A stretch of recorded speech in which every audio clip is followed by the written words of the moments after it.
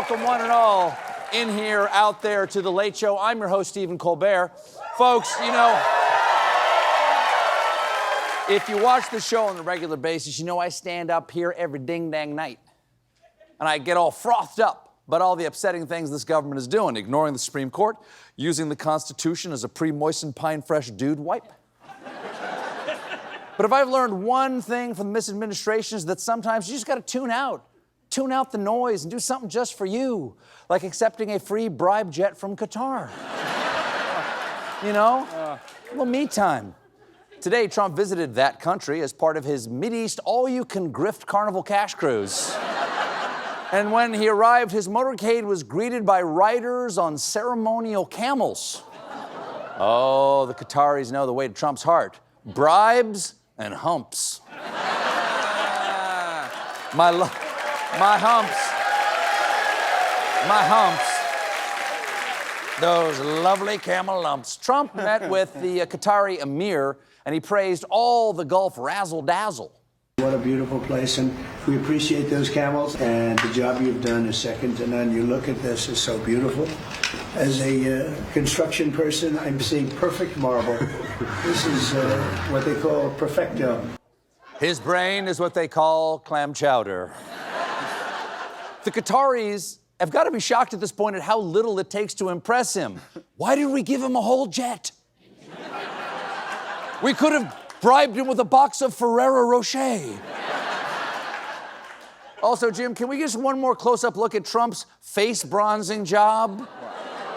Dear Lord, there's a whole lot of uncooked chicken around the ear. That line, look at that little line is there. It's so sharp you can see where they put the painter's tape. On his, he just puts on the tape, takes the bronzer and throws it into a fan and stands in front of it. On his way to Qatar, Trump gave an interview on our old, fat, stupid, rundown, sneaky Air Force One for babies, and he told Fox News why it's so important to get his new Qatar plane. I thought it was a beautiful gesture. Now, there are those that say we shouldn't be accepting gifts to the Defense Department, and I would say only a stupid person would say that. Why wouldn't we do that? What dummy wouldn't accept a gift? You know, I'll give you an example. You know my friend Priam, great leader of Troy, powerful leader. Beautiful city. Okay, so Troy gets this free giant luxury horse from Greece. Okay, they left it right outside the city gates. Isn't that great of the Greeks? Okay, they fight for 10 years, then ding-dong, free state-of-the-art wooden piñata.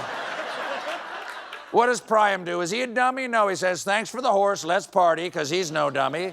Lots of whispers and giggles from inside the horse. Even the candy's excited, evidently.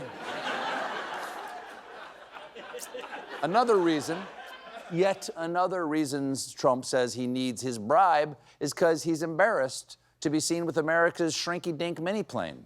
When you land and you see Saudi Arabia and you see UAE and you see Qatar and you see ours next to it, this is like a totally different plane.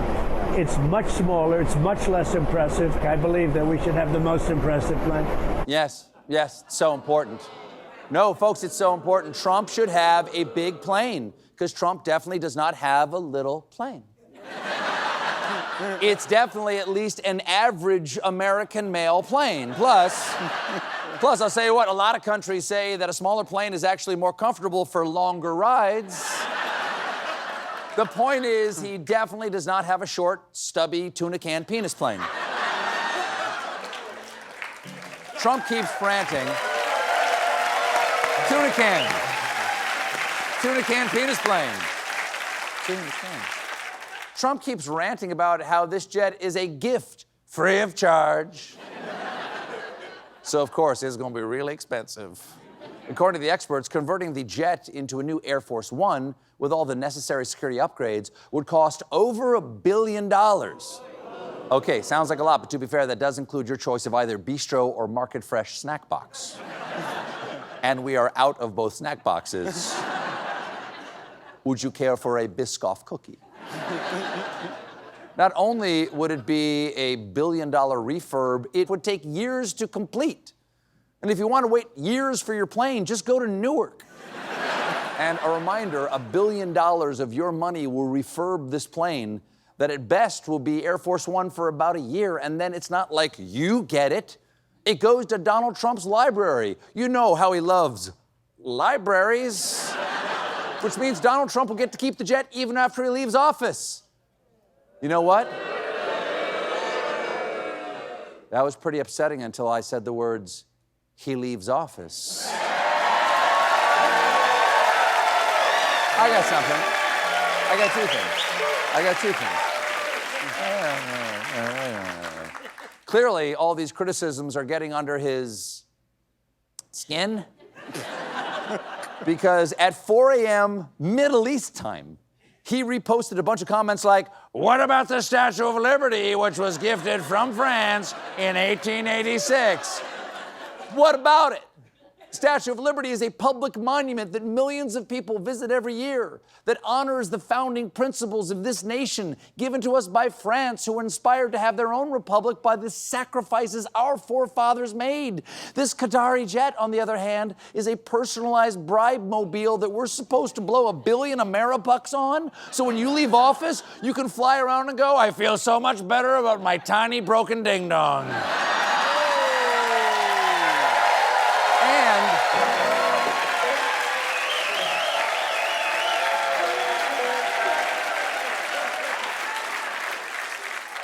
I'm no historian, but I don't remember Grover Cleveland flying around the world on the Statue of Liberty.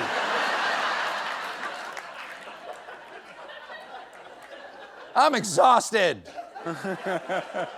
Returning to Newark, which no one can actually do right now. Wow. That airport has had a few problems lately. In the past few weeks, Newark Airport has suffered repeated radar outages and communication problems, which has led to canceled flights and delays of almost 7 hours. In response, the Hudson News in Terminal B released this statement, you belong to us now. Soon you'll be begging to pay $8 for a bag of Chex Mix. How about a hard-boiled egg in a plastic clamshell case? Accurate.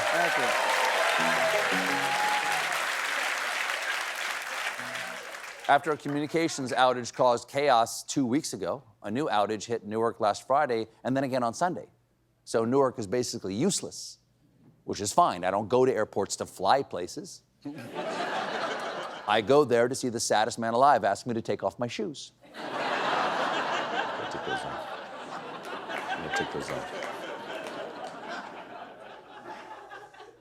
You can leave those on. Apparently, the technology used in our airports is so old that some systems still rely on floppy disks. Floppy disk is 2025. Air traffic safety should not have the same technology as the game Oregon Trail. Wow. Well, now I know why the departure screens at Newark say, your pilot has died of dysentery. According to Oregon Trail fans. Oregon Trail. Oregon Trail? Oregon Trail. Oregon Trail? Oh, yeah. There you go. According to one report, staff shortages are so bad that during an evening shift, where they'd normally have 14 people working, just one air traffic controller and a trainee were scheduled to operate every flight in and out of Newark. And I'm told we have footage of that trainee. Learn faster, Bobo! Learn! People are scared of Newark Airport, and that's not great for business. So on Sunday, United Airlines CEO Scott Kirby went on Face the Nation to say that even if the airport's radar totally fails again, there's no reason to panic.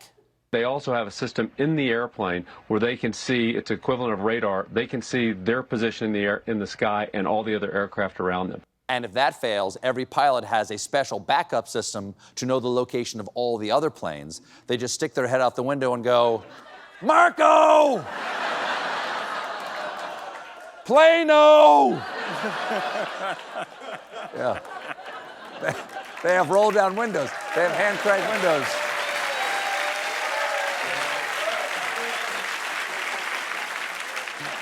Oh, hey. The Trump administration has their best former Fox News host, former reality TV star on the case, Transportation Secretary, and hinge date you're realizing is about to murder you in front of the Jefferson Memorial, Sean Duffy. Yesterday, Duffy addressed the tech issues. We see blips in our communication, 100 plus times a week, right? Blip. Blip seems like kind of an understatement when describing plane, maybe no land. But it's all part of the FAA's airborne danger scale. It goes 8 blips to an uh-oh, 10 uh-ohs to a gulp, and 15 gulps to a To fix the staffing shortage, Duffy says that he plans to raise the mandatory retirement age for air traffic controllers from 56 to 61. To prepare, Newark has upgraded their radar screens to large print. Hold on. Wow. Hold on.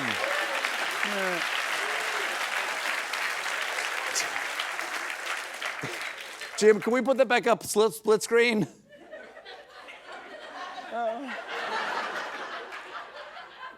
That's supposed to be a 61-year-old.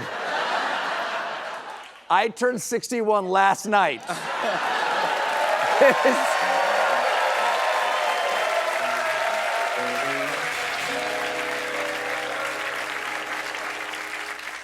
This is my graphics team's idea of how old I am. Well, that's the monologue, everybody. We have a great show for you tonight.